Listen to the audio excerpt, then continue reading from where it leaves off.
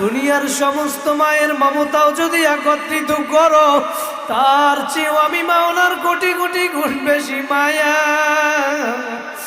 আমি মাওলা তোদেরকে বড় আদর করিয়া বানাইলাম। বান্দা বান্দি আয় আয় আয়।